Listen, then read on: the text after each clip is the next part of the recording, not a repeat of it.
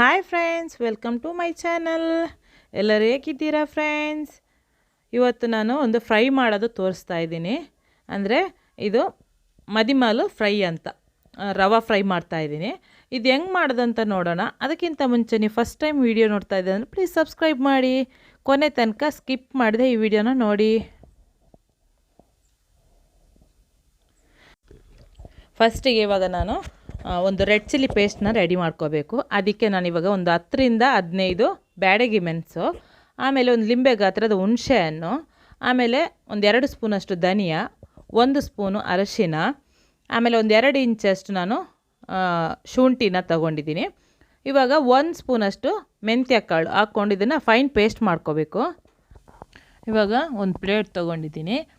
ಈ ಪ್ಲೇಟಿಗೆ ನಾನು ಪೇಸ್ಟ್ ಮಾಡ್ಕೊಂಡಿದ್ದೆ ಅಲ್ವಾ ರೆಡ್ ಚಿಲ್ಲಿ ಪೇಸ್ಟ್, ಆ ಪೇಸ್ಟನ್ನ ಇವಾಗ ಇದಕ್ಕೆ ಹಾಕ್ತಾಯಿದ್ದೀನಿ. ಹಾಕ್ಕೊಂಡು ಇದಕ್ಕೆ ನಾನು ಒಂದು 2 ಸ್ಪೂನಷ್ಟು ಕಾರ್ನ್ಫ್ಲವರ್ನ ಆ್ಯಡ್ ಮಾಡ್ತಾಯಿದ್ದೀನಿ. ಆಮೇಲೆ ಒಂದು 7ರಿಂದ 8 ನಾನು ಬೆಳ್ಳುಳ್ಳಿನ ಜಜ್ಜಿ ಕ್ರಷ್ ಮಾಡಿರುವಂಥದ್ದನ್ನು ಹಾಕ್ಕೋತಾ ಇದ್ದೀನಿ. ಆಮೇಲೆ ಇದಕ್ಕೆ ರುಚಿಗೆ ತಕ್ಕಷ್ಟು ಉಪ್ಪನ್ನ ಹಾಕ್ಕೊಂಡು ಚೆನ್ನಾಗಿ ಇದನ್ನು ಮಿಕ್ಸ್ ಮಾಡ್ಕೋಬೇಕು. ಈ ಥರ ಚೆನ್ನಾಗಿ ಇದನ್ನು ಮಿಕ್ಸ್ ಮಾಡ್ಕೊಳ್ಳಿ. ಇವಾಗ ಮಿಕ್ಸ್ ಆಯಿತು ನೋಡಿ. ಇವಾಗ ನಾನು ಮದ್ಮಾಲ್ ಫಿಶ್ ತಗೊಂಡಿದ್ದೆ, ರಾಣಿ ಮೀನು ಅಂತ ಹೇಳ್ತೀವಲ್ವ, ಆ ಫಿಶನ್ನು ತಗೊಂಡಿದ್ದೀನಿ. ಇದನ್ನು ಈ ಥರ ಕಟ್ ಮಾಡ್ಕೋಬೇಕು ಮಧ್ಯಕ್ಕೆ ನೋಡಿ, ಈ ಥರ. ಅಂದರೆ ಉಪ್ಪು ಹುಳಿ ಎಲ್ಲ ಖಾರ ಎಲ್ಲ ಚೆನ್ನಾಗಿ ಎಳ್ಕೊಳ್ಳಿ ಅಂತ ಹೇಳಿ.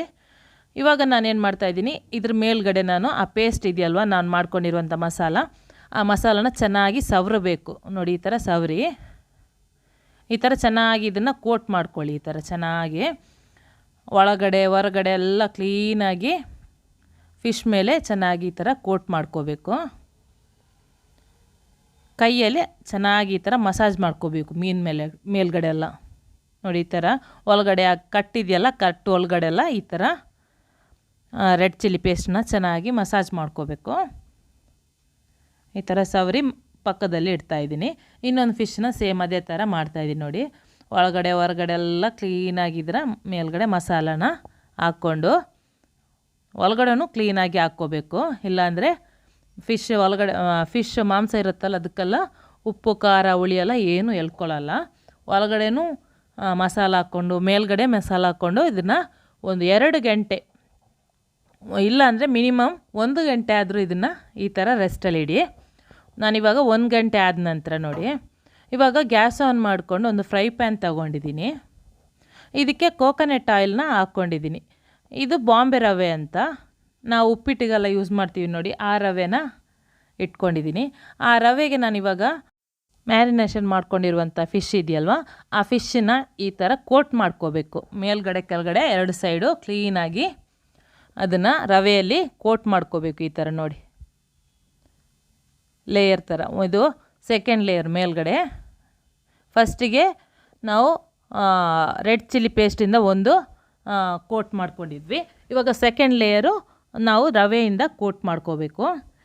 ಕೋಟ್ ಮಾಡಿ ಇದನ್ನು ಏನು ಮಾಡಬೇಕಂದ್ರೆ, ನಾವು ಆಯಿಲ್ ಇದೆಯಲ್ವ ನಾವು ಬಿಸಿ ಮಾಡೋಕ್ಕಿಟ್ಟಿದ್ವಿ ಫ್ರೈ ಪ್ಯಾನಲ್ಲಿ, ಆ ಆಯಿಲಿಗೆ ಇಡಬೇಕು ನೋಡಿ. ಈ ಥರ ಇಟ್ಟು ಒಂದು ಸಲ ಎಲ್ಲ ಸೈಡು ನಾನು ಈ ಥರ ಆಯಿಲ್ನ ಕ್ಲೀನಾಗಿ ಇದು ಮಾಡ್ತಾಯಿದ್ದೀನಿ ನೋಡಿ.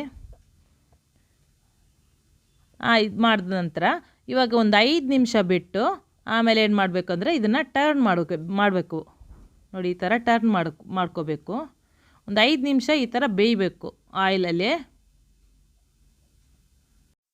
ಫ್ರೈ ಪ್ಯಾನಲ್ಲಿ ಬಿಸಿಯಾಗಿರೋಂಥ ಆಯಿಲ್ ಇರುತ್ತಲ್ವ, ಇದು ಅದನ್ನೇನು ಮಾಡಬೇಕು, ಈ ಥರ ಮೇಲ್ಗಡೆ ಹಾಕ್ಕೊಳ್ಳಿ. ಅಂದರೆ ಮೇಲ್ಗಡೆ ಇರುವಂಥ ಲೇಯರ್ ಇರುತ್ತಲ್ವ ರವೆದು, ಅದೊಂದು ಸ್ವಲ್ಪ ಗಟ್ಟಿಯಾಗುತ್ತೆ. ಈ ಥರ ಮಗ್ಚಿ ಹಾಕಿದಾಗ ಅದು ಬಿಟ್ಕೊಳ್ಳಲ್ಲ. ಅದಕ್ಕೋಸ್ಕರ ನೋಡಿ, ಈ ಥರ ಬಿಟ್ಕೊಳ್ಳಲ್ಲ. ಮೇಲ್ಗಡೆ ಒಂದು ಸ್ವಲ್ಪ ಹಾಟ್ ಆಯಿಲು, ಅಂದರೆ ನಾವು ಫ್ರೈ ಪ್ಯಾನಲ್ಲಿರುವಂಥ ಆಯಿಲ್ನ ಹಾಕ್ಕೊಂಡ್ರೆ ಮೇಲ್ಗಡೆ ಲೇಯರ್ ಏನಾಗುತ್ತೆ, ಒಂದು ಸ್ವಲ್ಪ ಗಟ್ಟಿಯಾಗಿ ಇರುತ್ತೆ ನೋಡಿ. ಈ ಥರ ಒಂದು 5ರಿಂದ ಒಂದು 6 ನಿಮಿಷ ಬಿಟ್ಟ ನಂತರ ಈ ಥರ ಮಗ್ಚಿ ಹಾಕಿ 2 ಸೈಡನ್ನ ಚೆನ್ನಾಗಿ ಫ್ರೈ ಮಾಡ್ಕೋಬೇಕು ನೋಡಿ. ಇವಾಗ ಚೆನ್ನಾಗಿ ಫ್ರೈ ಆಗ್ತಾ ಬಂತು. ಒಂದು 15 ನಿಮಿಷ ಆಗುತ್ತೆ ಫ್ರೈ ಆಗೋಕ್ಕೆ. ಮೀಡಿಯಮ್ ಫ್ಲೇಮಲ್ಲಿ ಇದನ್ನು ನೀವು ಫ್ರೈ ಮಾಡ್ಕೊಳ್ಳಿ. ಹೈ ಫ್ಲೇಮಲ್ಲಿ ಮಾಡೋಕ್ಕೆ ಹೋಗಬೇಡಿ. ಮೀಡಿಯಮ್ ಫ್ಲೇಮಲ್ಲಿ ಮಾಡಿಕೊಂಡ್ರೆ ಕರೆಕ್ಟಾಗಿ ಒಳಗಡೆ ಎಲ್ಲ ಬೆಂದು ಕ್ಲೀನಾಗಿ ಒಂದು ಒಳ್ಳೆ ಟೇಸ್ಟ್ ಕೊಡುತ್ತೆ. ಈ ಥರ ಫ್ರೈ ಮಾಡಿಕೊಂಡ್ರೆ ಫಿಶ್ ಎಲ್ಲ ಬಿಡಲ್ಲ, ಕ್ಲೀನಾಗಿ ಒಂಥರ ಫಿಶ್ ಟೇಸ್ಟಿಯಾಗಿರುತ್ತೆ. ನೀವು ಈ ಥರ ಟ್ರೈ ಮಾಡಿ ಫ್ರೆಂಡ್ಸ್, ಮನೆಯಲ್ಲಿ ಟ್ರೈ ಮಾಡಿ ಹೆಂಗಾಯಿತು ಅಂತ ನನಗೆ ಕಮೆಂಟಲ್ಲಿ ಒಂದು ಕಮೆಂಟ್ ಹಾಕಿ. ಹಾಗೆಯೇ ಈ ವಿಡಿಯೋಗೊಂದು ಲೈಕ್ ಕೊಡೋದಂತೂ ಮರಿಬೇಡಿ ಫ್ರೆಂಡ್ಸ್. ಈ ವಿಡಿಯೋನ ನಿಮ್ಮ ಫ್ಯಾಮಿಲಿ, ಫ್ರೆಂಡ್ಸಿಗೆ, ರಿಲೇಟಿವ್ಸಿಗೆ ಎಲ್ಲರಿಗೂ ಶೇರ್ ಮಾಡಿ. ನೆಕ್ಸ್ಟ್ ಹೊಸ ರೆಸಿಪಿಯೊಂದಿಗೆ ಹೊಸ ವಿಡಿಯೋ ಜೊತೆ ಬರ್ತೀನಿ ಫ್ರೆಂಡ್ಸ್. ಬಾಯ್.